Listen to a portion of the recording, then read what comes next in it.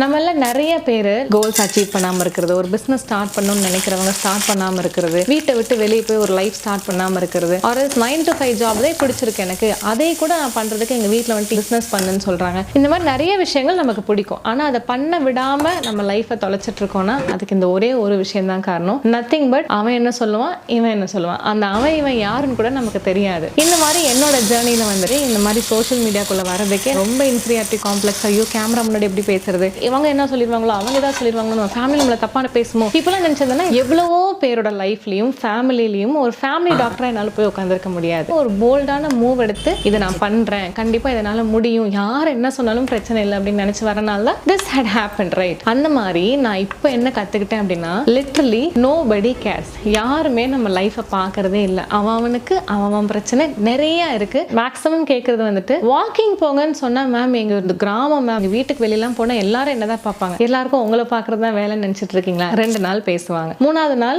அவங்க வீட்டுல நிறைய ப்ராப்ளம்ஸ் இருக்கும், பேசவே மாட்டாங்க. சோ அவங்க ஏதாவது சொல்லிடுவாங்களோ, இவங்க ஏதாவது சொல்லிடுவாங்களோ, அப்பெல்லாம் யோசிக்கிறத விட்டு ஜஸ்ட் உங்க மைண்ட்ல ஒண்ணுதான், nobody care and nobody watches you. உங்களை யாருமே பார்க்க மாட்டாங்க. ஸோ இது எல்லாத்தையும் கீழே வச்சுட்டு உங்களுக்கு என்ன தோணுதோ அதெல்லாம் நெக்ஸ்ட் மந்த்ஸ் பண்ணிட்டே இருங்க. 3 மாசத்துல உங்களுக்கு பிடிச்ச ஒரு லைஃப் உங்களுக்கு கண்டிப்பா அமையும். ஸோ உங்களுக்கு எப்பெல்லாம் இந்த மாதிரி நினைப்பு வருதோ அப்பெல்லாம் உங்க மைண்ட்ல வந்துட்டு nobody cares and nobody watches யூவை திருப்பி திருப்பி சொல்லிட்டு உங்களோட ஒர்க்கை ஜாலியாக பண்ணுங்க.